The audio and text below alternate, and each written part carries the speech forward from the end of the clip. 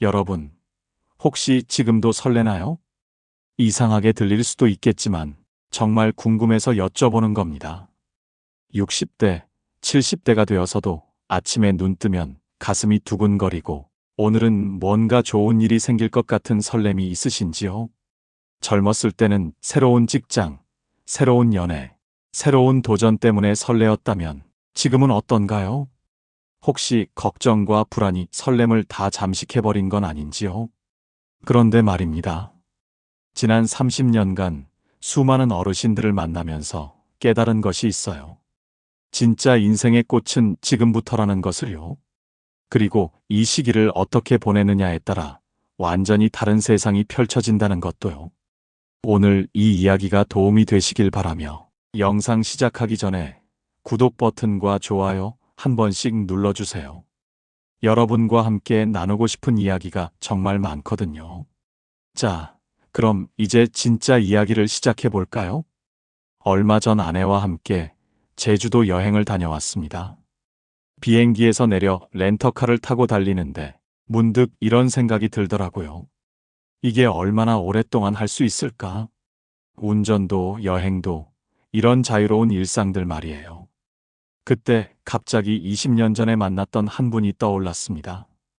당시 65세셨는데 이런 말씀을 하시더라고요. 선생님, 나는 지금이 인생에서 가장 행복해요. 아이들 다 키우고 할 일도 줄어들고 정말 내가 하고 싶은 것만 하면서 살 수 있거든요. 그런데 몇 년 후 그분을 다시 만났을 때는 완전히 달라져 있었어요. 얼굴에 생기가 없고 말수도 줄고 뭔가 체념한 듯한 모습이었죠. 무슨 일이 있었던 걸까요? 사실 그분에게만 일어난 일이 아니었어요. 비슷한 나이, 비슷한 조건에서 시작했는데도 몇 년 후 완전히 다른 삶을 사는 분들을 너무 많이 봤거든요. 어떤 분은 여전히 활기차게 새로운 일을 시작하시고, 어떤 분은 집에서 TV만 보시며 지내시고요. 어떤 분은 부부가 함께 손잡고 산책하시는데, 어떤 분은 말도 없이 따로 지내시고요. 이런 차이는 도대체 어디서 오는 걸까요? 돈이 많고 적고의 문제일까요? 건강이 좋고 나쁘고의 문제일까요? 30년 넘게 많은 분들과 함께하면서 알게 된 것이 있습니다. 행복한 노후와 불행한 노후를 가르는 건 거창한 것이 아니라 정말 작은 것들이었어요. 매일 반복되는 작은 선택들이 5년, 10년 쌓이면서 엄청난 차이를 만들어내더라고요. 오늘은 그 이야기를 솔직하게 들려드리려고 합니다. 먼저 건강 이야기부터 해볼까요? 작년에 만난 두 분의 이야기예요. 윤상철 씨와 정명호 씨, 둘 다 72세시고 같은 동네에 사세요. 2년 전까지만 해도 비슷한 건강 상태였어요. 그런데 어느 날 둘 다 계단을 오르다가 숨이 차는 경험을 했어요. 3층까지 올라가는데 중간에 쉬어야 할 정도였죠. 윤상철 씨는 이렇게 생각했어요. 이대로는 안 되겠다. 뭔가 해야겠어. 정명호 씨는 달랐어요. 나이 들면 당연한 거지. 무리하면 안 돼. 그 후 2년이 지났습니다. 윤상철 씨는 매일 아침 6시에 일어나서 동네를 30분씩 걸어요. 비가 와도 실내에서 제자리 걸음이라도 하세요. 지금은 계단 5층도 거뜬히 올라가세요. 정명호 씨는 어떨까요? 계단 오르기가 더 힘들어지셨어요. 무릎도 아프고 허리도 굽었어요. 요즘은 집에서 나오는 일이 거의 없다고 하더라고요. 똑같은 상황에서 시작했는데 2년 만에 이렇게 달라진 거예요. 건강에서 가장 무서운 건 포기예요. 나이 들면 당연하다고 받아들이는 순간부터 정말 늙어버려요. 그런데 반대로 생각해 보세요. 아직 늦지 않았다고 생각하고 조금씩이라도 움직이기 시작하면 몸이 다시 반응해요. 70세에 시작해도 75세에 시작해도 충분히 달라질 수 있어요. 건강한 분들의 공통점이 하나 있어요. 하루에 최소 3시간은 집 밖으로 나가신다는 거예요. 꼭 운동이 아니어도 돼요. 마트에 장 보러 가는 것도 좋고, 동네 한 바퀴 도는 것도 좋아요. 복지관에서 프로그램 듣는 것도 좋고요. 중요한 건 집에만 있지 않는 거예요. 집에만 있으면 자연스럽게 우울해져요. 사람도 안 만나고 움직이지도 않고 그러면 몸도 마음도 다 굳어버려요. 밖으로 나간다는 건 단순히 몸을 움직이는 것 이상의 의미가 있어요. 세상과 연결되어 있다는 느낌을 주거든요. 계절의 변화도 느낄 수 있고 사람들의 일상도 볼 수 있고 내가 살아있다는 실감도 들어요. 건강을 지키는 가장 좋은 방법은 복잡하지 않아요. 매일 조금씩이라도 움직이는 거예요. 10분이라도 좋으니까 밖으로 나가보세요. 처음에는 힘들 수 있어요. 숨도 차고 다리도 아프고 귀찮기도 하고요. 하지만 일주일만 해보세요. 분명 달라지는 걸 느끼실 거예요.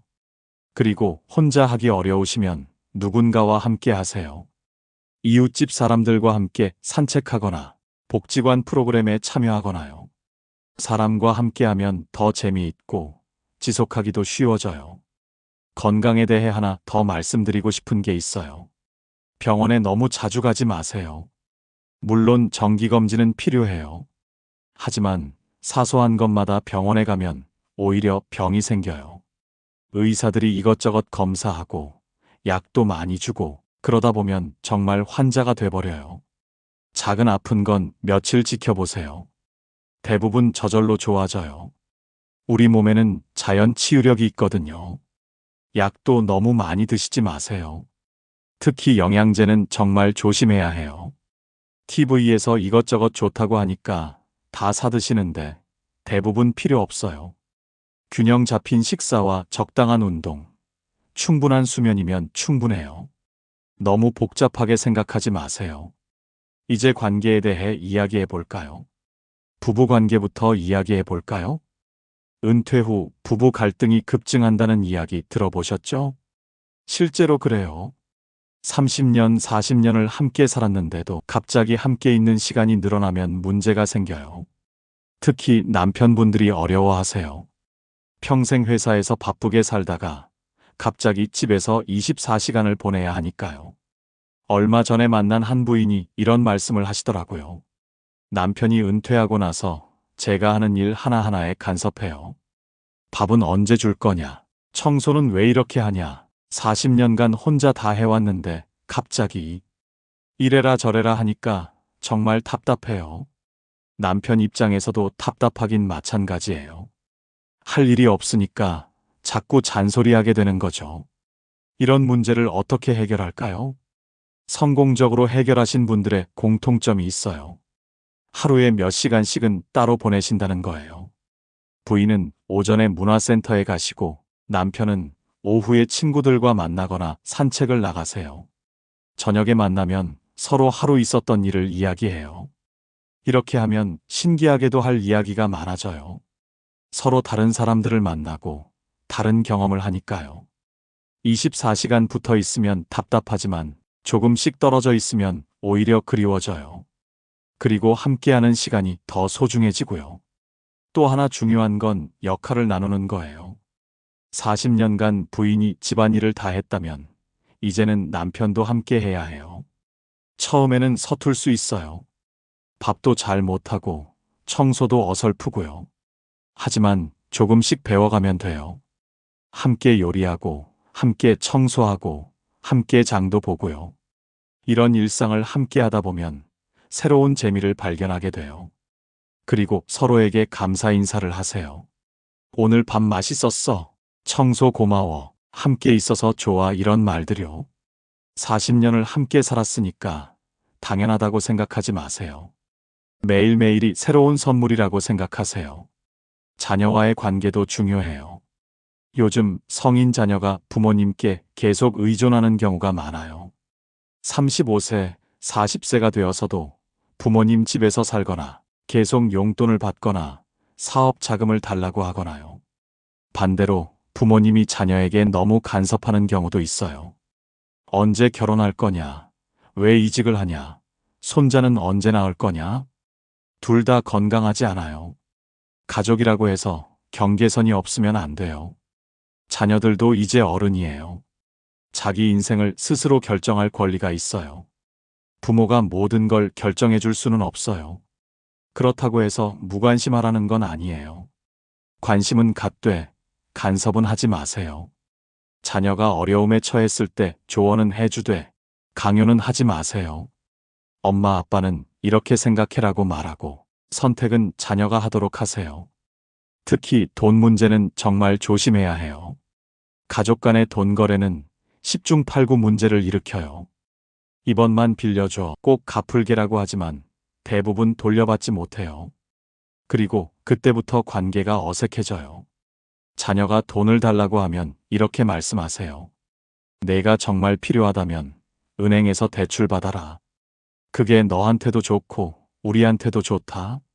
매정하다고 생각하실 수도 있어요. 하지만 가족은 사랑으로 관계를 맺는 거지 돈으로 맺는 게 아니잖아요. 돈 문제로 가족 관계가 깨지는 걸 정말 많이 봤어요. 형제간에 돈 빌려주고 받지 못해서 평생 안 보고 사는 경우, 자녀에게 사업 자금 대줬다가 망해서 노후 자금까지 날린 경우, 심지어 부모님 유산 때문에 형제간 법정 다툼까지 가는 경우도 봤어요. 피는 물보다 진하다고 하지만 돈은 피보다 진한 경우가 정말 많아요. 그러니까 가족과의 돈 거래는 정말 조심하세요. 빌려주면 받지 못할 각오를 하거나 아예 안 빌려주는 게 나아요. 대신 정말 어려운 상황이라면 다른 방법을 찾아보세요. 정부 지원 제도나 사회복지 서비스 같은 거요. 이제 돈 이야기를 해볼까요? 은퇴 후 가장 큰 실수가 뭔지 아세요? 갑자기 새로운 사업을 시작하는 거예요. 퇴직금 받으면 뭔가 해야겠다는 생각이 들어요. 이 돈으로 평생 살 수는 없으니까요. 그런데 대부분 실패해요. 평생 해보지 않은 일을 갑자기 시작하면 어떻게 잘할 수 있겠어요? 치킨집, 카페, 편의점. 이런 사업들이 겉보기에는 쉬워 보이지만 실제로는 정말 어려워요. 하루 14시간씩 서서 일해야 하고 그래도 남는 돈은 얼마 안 돼요. 임대료, 인건비, 재료비, 전기세. 계산해보면 시급 8,000원도 안 되는 경우가 많아요. 더 큰 문제는 몸이에요. 35년간 앉아서 일하던 분이 갑자기 하루 종일 서서 일하면 어떻게 견디겠어요? 허리 아프고 다리 붓고 정말 힘들어요. 그럼 어떻게 해야 할까요? 평생 해온 일로 뭔가를 시작하세요. 35년간 사무직을 했다면 그 경험을 살리는 일을 찾아보세요. 세무 관련 업무나 작은 컨설팅 같은 거요. 30년간 주부 생활을 했다면 요리나 살림 관련 일을 해보세요. 최근에는 반찬 배달이나 가사 도우미 일이 많이 늘어나고 있어요. 기술직에 있었다면 작은 수리 서비스를 해보세요. 요즘 젊은 사람들은 간단한 수리도 못하는 경우가 많거든요. 중요한 건 여러분의 경험과 지식을 필요로 하는 곳이 반드시 있다는 거예요. 처음부터 큰 돈을 벌려고 하지 마시고 작게 시작해서 천천히 키워가세요. 예를 들어 회계 일을 하셨다면 동네 소상공인들의 세무 관리를 도와주는 거예요. 작은 사무실 하나 얻어서 시작하시면 돼요. 처음에는 월 50만 원 정도밖에 안 될 수 있어요. 하지만 본인이 할 줄 아는 일이니까 힘들지 않아요. 입소문이 나기 시작하면 손님들이 점점 늘어나요. 세무서 신고도 정확하게 해주고 절세 방법도 알려주면 정말 좋아하거든요. 몇 년 후에는 젊은 직원까지 고용할 정도로 성장할 수 있어요. 이런 식으로 본인의 전문성을 살리면 나이가 들어서도 누군가에게 도움이 될 수 있어요. 그리고 뭔가 새로 배울 필요가 없으니까 스트레스도 없고요. 그리고 절대 하지 말아야 할 게 있어요. 너만 알려준다는 투자 이야기예요. 정말 좋은 기회라면 왜 나한테만 알려줄까요? 자기가 하겠죠. 이런 달콤한 유혹에 넘어가면 평생 모은 돈을 하루아침에 잃을 수 있어요. 특히 가까운 사람이 권하는 투자일수록 더 조심하세요. 20년 친구, 30년 친구라고 해서 절대 안전한 게 아니에요. 친구도 속을 수 있고 친구가 속아서 여러분을 속일 수도 있어요. 해외 투자 회사, 고수익 상품, 원금 보장. 이런 말들이 나오면 100% 의심해 보세요. 투자 결정은 최소 6개월 이상 충분히 생각해 보세요. 나이가 들수록 시간은 오히려 여유가 있잖아요. 급할 것 없어요. 그리고 혼자 결정하지 마세요. 가족이나 믿을 만한 사람과 상의해 보세요. 객관적인 의견을 들어보는 게 중요해요. 은행에 가서 상담받아 보는 것도 좋아요. 은행 직원들은 이런 사기에 대해 잘 알고 있거든요. 투자는 여유 자금으로만 하세요. 생활비나 의료비로 쓸 돈은 절대 투자하지 마세요. 안전한 예금이나 적금에 넣어두는 게 훨씬 나아요. 수익률은 낮지만 안전하거든요. 이제 습관에 대해 이야기해 볼까요? 성공적인 노후를 보내시는 분들을 보면 공통점이 있어요. 매일 반복되는 좋은 습관들이 있다는 거예요. 예를 들어 매일 아침 6시 30분에 일어나세요. 일어나자마자 스마트폰을 보지 않고 세수부터 하세요. 간단한 스트레칭을 하고 아침을 드세요. 이런 작은 습관들이 하루의 리듬을 만들어줘요. 그리고 이 리듬이 1년, 2년 쌓이면서 엄청난 차이를 만들어내요. 반대로 좋지 않은 습관도 있어요. 일어나자마자 스마트폰 보기, 점심 후 바로 낮잠 자기, 저녁에 TV만 보다가 잠들기. 이런 습관들이 쌓이면 하루하루가 의미 없이 흘러가요. 뭘 했는지도 모르게 시간만 지나가고요. 좋은 습관은 시작하기 어렵지만 한 번 자리 잡으면 저절로 굴러가요. 나쁜 습관은 쉽게 시작되지만 나중에 끊기 정말 어려워요. 그러니까 지금부터 좋은 습관을 하나씩 만들어 가세요. 거창하게 생각하지 마세요. 내일부터 매일 1시간씩 운동해야지 이런 게 아니라 오늘 10분만 걸어보자 이렇게 시작하세요. 작은 것부터 시작해서 꾸준히 하는 게 중요해요. 특히 아침 시간을 잘 활용하세요. 아침에 하는 선택이 하루 전체를 좌우해요. 아침에 일어나서 제일 먼저 하는 일이 뭔가요? 스마트폰 보기, TV 켜기. 이런 습관들은 하루를 나태하게 만들어요. 대신 세수하고 정리정돈하고 가벼운 운동을 해보세요. 그러면 하루가 훨씬 활기차게 시작돼요. 저녁 시간도 중요해요. 저녁 먹고 바로 TV 앞에 앉지 마세요. 30분이라도 산책을 하거나 책을 읽거나 가족과 대화를 해보세요. 잠자리에 들기 전에는 하루를 돌아보는 시간을 가져보세요. 오늘 뭘 했는지, 내일은 뭘 할 건지 생각해 보는 거예요. 이런 작은 습관들이 모여서 인생의 질을 크게 바꿔놓아요. 그리고 한 가지 더 중요한 것이 있어요. 미래를 생각하는 습관이에요. 매일 아침 거울을 보면서 이런 생각을 해보세요. 오늘의 선택이 1년 후 나에게 어떤 영향을 미칠까? 예를 들어 아침에 일어나서 스마트폰부터 볼까? 아니면 세수부터 할까? 스마트폰 보면 하루가 그냥 흘러가 버려요. 세수하고 시작하면 하루가 깔끔하게 정리돼요. 점심 후에 바로 누울까? 아니면 10분이라도 걸을까? 바로 누우면 몸이 나른해져요. 조금이라도 걸으면 오후 시간이 활기차져요. 이런 작은 선택들이 쌓이면서 1년 후, 5년 후 완전히 다른 사람이 돼요. 인생의 마지막 단계를 어떻게 보낼 것인지는 정말 중요한 문제예요. 이 시기를 어떻게 보내느냐에 따라 인생 전체의 의미가 달라질 수 있거든요. 성공적인 노후를 보내시는 분들을 보면 세 가지 축의 균형을 잘 맞추세요. 첫 번째는 건강이에요.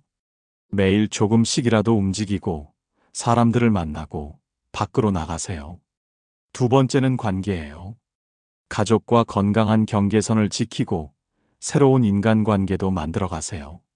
세 번째는 경제적 안정이에요. 무리한 투자나 사업은 피하고 평생 경험을 살린 안전한 일을 찾으세요.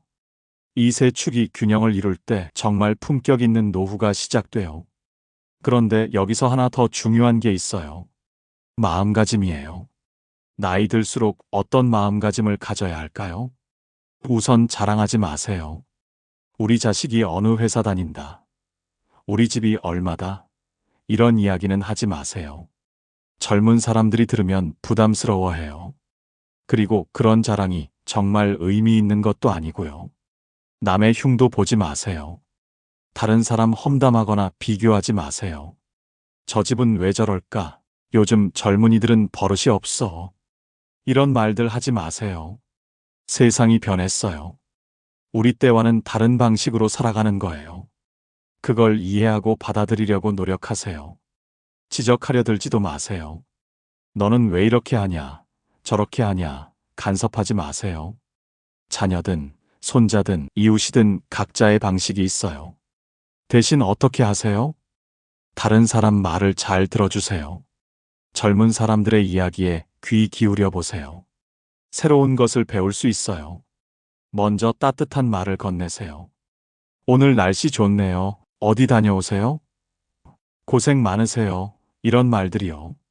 작은 관심과 배려가 사람의 마음을 움직여요. 젊은 사람들한테도 배울 점을 찾으려고 하세요. 그들의 에너지와 창의성에서 배울 게 많아요. 스마트폰 사용법이나 새로운 기술들도 젊은이들한테 배우면 돼요. 부끄러워하지 마세요. 배우는 것에는 나이가 없어요. 이런 분들 곁에 있으면 저절로 마음이 편해져요.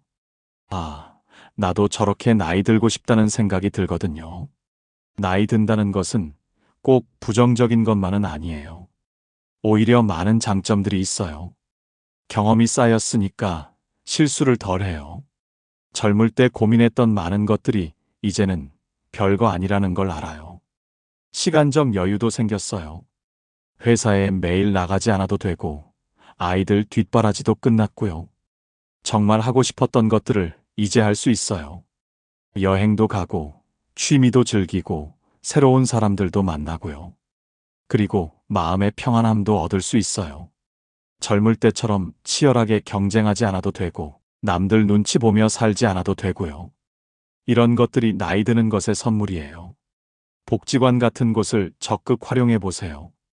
복지관에는 정말 다양한 프로그램이 있어요. 서예, 요가, 노래 교실은 기본이고 스마트폰 교육, 영어 회화까지 아주 다양한 프로그램이 있어요. 그리고 무엇보다 사람들이 있어요. 비슷한 나이대의 사람들과 이야기 나누고 함께 점심도 먹고 새로운 친구도 사귈 수 있어요. 처음에는 어색할 수 있어요. 모르는 사람들이랑 뭘 하겠어? 이런 생각이 들 수도 있고요. 하지만 한번 가보세요. 생각보다 훨씬 재미있고 유익해요. 서예 수업을 들으면 붓을 잡고 글씨를 쓰는데 마음이 차분해져요. 요가를 하면 몸도 건강해지고 마음도 편안해져요. 노래 교실에서는 옛날 추억의 노래들을 부르면서 즐거운 시간을 보낼 수 있어요. 스마트폰 교육도 정말 유용해요. 카카오톡 사용법, 인터넷 검색, 사진 찍기 같은 것들을 배우면 일상생활이 훨씬 편해져요. 그리고 봉사활동도 해보세요. 나이가 들어서도 누군가에게 도움이 될 수 있다는 건 정말 보람찬 일이에요. 독거노인 도시락 배달, 어린이 안전지도, 환경 정화 활동 같은 것들이 있어요. 봉사활동을 하면서 새로운 보람을 찾을 수 있고 사회와의 연결감도 느낄 수 있어요. 마지막으로 정말 중요한 말씀을 드리고 싶어요. 오늘이 앞으로 살아갈 날들 중에 가장 젊을 때예요. 그러니까 오늘을 만끽하세요. 나중에 시간 되면, 나중에 돈 모으면, 나중에 건강해지면. 이런 나중은 없어요. 무조건 지금이에요. 옆에 있는 사람과 좋은 이야기 나누세요. 맛있는 것도 함께 드세요. 가고 싶은 곳 있으면 다리 아프기 전에 가보세요. 사진도 많이 찍으세요. 손자, 손녀들과 함께 찍은 사진은 나중에 정말 소중한 추억이 돼요. 일기도 써보세요. 하루하루 있었던 일들을 기록해두면 나중에 읽어볼 때 정말 재미있어요. 그리고 가족들에게 사랑한다는 말을 자주 하세요. 한국 사람들은 이런 표현에 서툰데 나이가 들수록 더 자주 표현해야 해요. 사랑해, 고마워, 미안해 이런 말들을 아끼지 마세요. 버킷리스트도 만들어 보세요. 죽기 전에 꼭 해보고 싶은 일들을 적어보는 거예요. 거창한 것이 아니어도 돼요. 손자와 함께 놀이동산 가기, 부산 바닷가에서 일출 보기, 옛날 친구들과 동창회하기.